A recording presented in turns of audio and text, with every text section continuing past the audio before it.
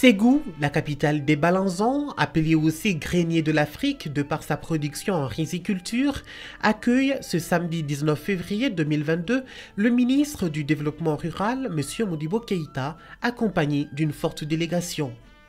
Cela dans le cadre d'une mission de supervision en zone officerie de Ségou, notamment dans le village de Zambougou, Bamana, commune rurale de Konodimini, et dans le village de Bundo Bamana, commune rurale de Ngara, cercle de Ségou. L'objectif de ces déplacements est de s'assurer de la disponibilité des céréales pour une bonne sécurité alimentaire des populations et encourager les modèles de réussite dans le secteur agricole. D'abord, faisons une première escale dans la ferme agricole de M. Tahirou Dambélé à Konodimini. Sur un périmètre expérimental de 13 hectares, Tahirou n'a pas de quoi s'ennuyer. Depuis quelques années, Tahirou, agronome de formation, ne fait que l'agriculture. Il a vite cru à la rentabilité de la terre. Aujourd'hui, c'est ce qui lui permet de vivre et fait vivre d'autres personnes. L'estimation, en tout cas, le chiffre d'affaires, ça peut avoisiner les 70-80 millions. Ma culture phare même, c'est le gombo.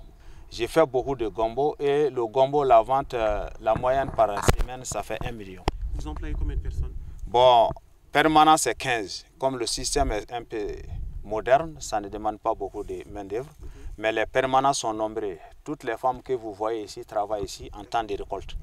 Face à la rareté de la pluie, le propriétaire de la ferme Banyeke, M. Dambélé, a trouvé le moyen de nourrir ses plantes par 2 systèmes d'irrigation, le micro-gîte et le goutte à goutte.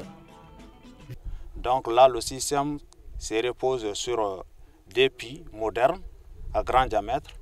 Et à l'intérieur de ces puits, nous avons des pompes immergées qui refoulent de l'eau dans le château. Et à partir du château, il y a un système d'irrigation connecté. Et il y a un système de filtrage aussi pour éviter le colmatage des goutteurs d'eau. Donc c'est comme ça que nous irriguons. Et il y a beaucoup de quartiers d'irrigation. En fonction de l'âge des spéculations, nous faisons un calendrier d'irrigation calé sur le besoin en eau des spéculations. Et l'agent d'irrigation ne fait qu'appliquer l'ouverture en fonction de la durée qu'on donne. Sur cette entreprise agricole, le ministre du Développement rural, M. Modibo Keïta, a tenu à faire le tour des différents périmètres destinés à chaque culture et au système d'irrigation. Le chef du département rural se réjouit d'un tel exploit. Nous devrions faire en sorte que beaucoup de personnes puissent s'inspirer de l'expérience de M. Dambélé, parce qu'on voit dans notre pays très souvent il n'y a que des petits exploitants qui ne font pas de la production commerciale. Lui, il est dans ce système. Il produit pas pour sa consommation, il produit pour le marché.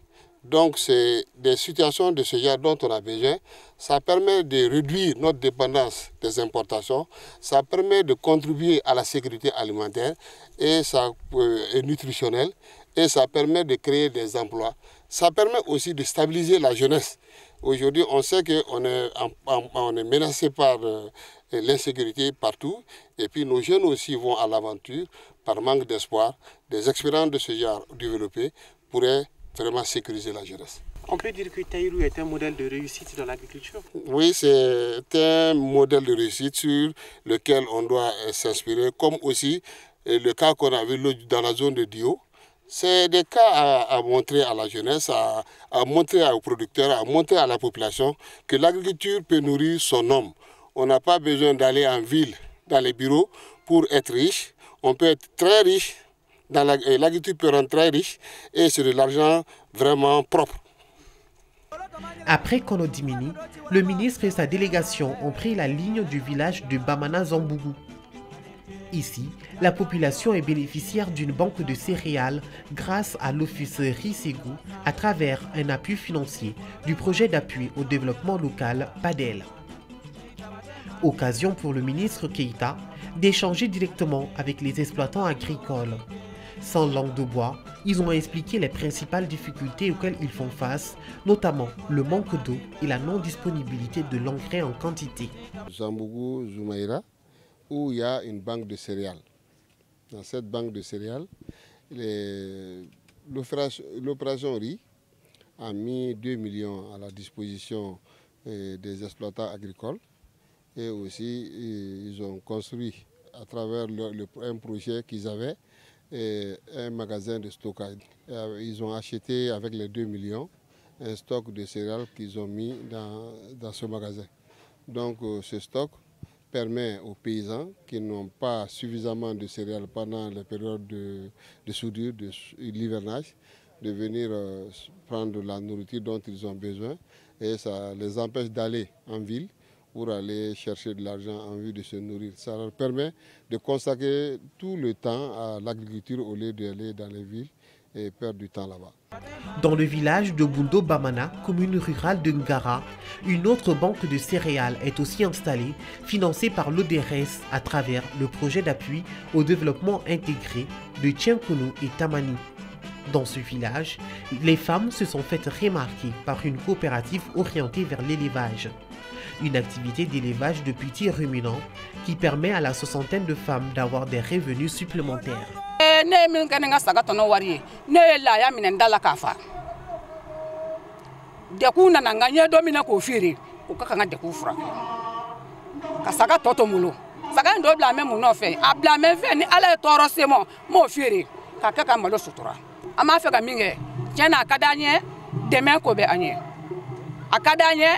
Ama feka mangazago be hakilila kasuma sanga mara hakilila bana aywa okadi anye nakoko hakilila bangono nande menedo fanana akadanye sabula jiko gola bamola ni nako bi omulo jiko tese banga nako anga nako bi tafe tarif lala ni fendo ka fendo je akaka dugu musobela delela. On a été à Bundo Bamana. L'exemple que je viens de voir, il y a un exemple similaire qui est là-bas, mais il y a encore en plus de cela et une coopérative de femmes. Elles étaient 25 au départ, elles sont aujourd'hui à 75 membres. Au départ, on leur a donné aussi un montant de 2 millions et quelques qui a été réparti entre les femmes. Elles font l'élevage, à la différence des autres, ce n'est pas les céréales, mais elles achètent des petits ruminants, notamment des moutons, qu'elles élèvent. Bon, aujourd'hui, elles sont à 70 femmes, parce que l'opération a réussi. Et l'amortissement se fait aussi sur une période de 3 ans, avec une année de différé.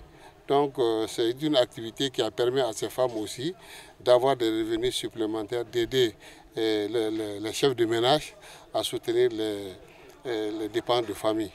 En marge de la visite dans les zones officeries de Ségou à Zambourou et Bundo, et de la visite de la ferme agricole de Taïrou d'Ambéli, le ministre et sa délégation se sont rendus également à l'usine de production d'engrais 100% naturels de la société Éléphant Vert.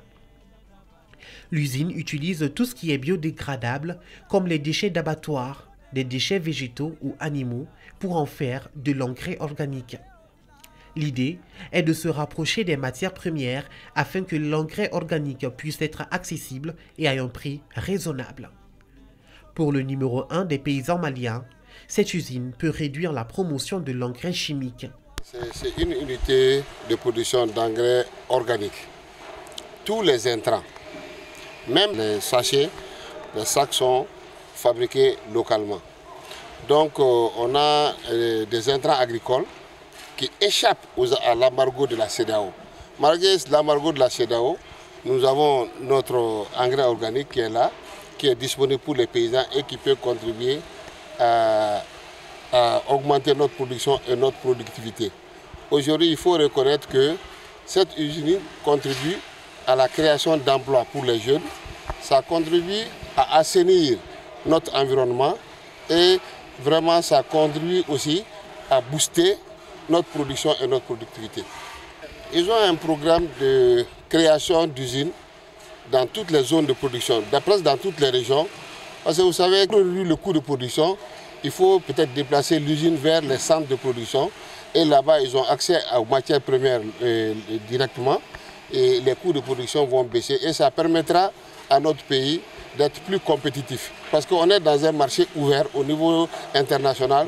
Celui qui arrive à maîtriser ses coûts de production, c'est lui qui arrive à être le plus compétitif sur le marché. Le ministre Modibo Keïta boucle ainsi sa visite dans la 4e région, dans l'espoir d'amener les jeunes à s'intéresser plus au secteur agricole, car, dit-il, la terre est une source intarissable.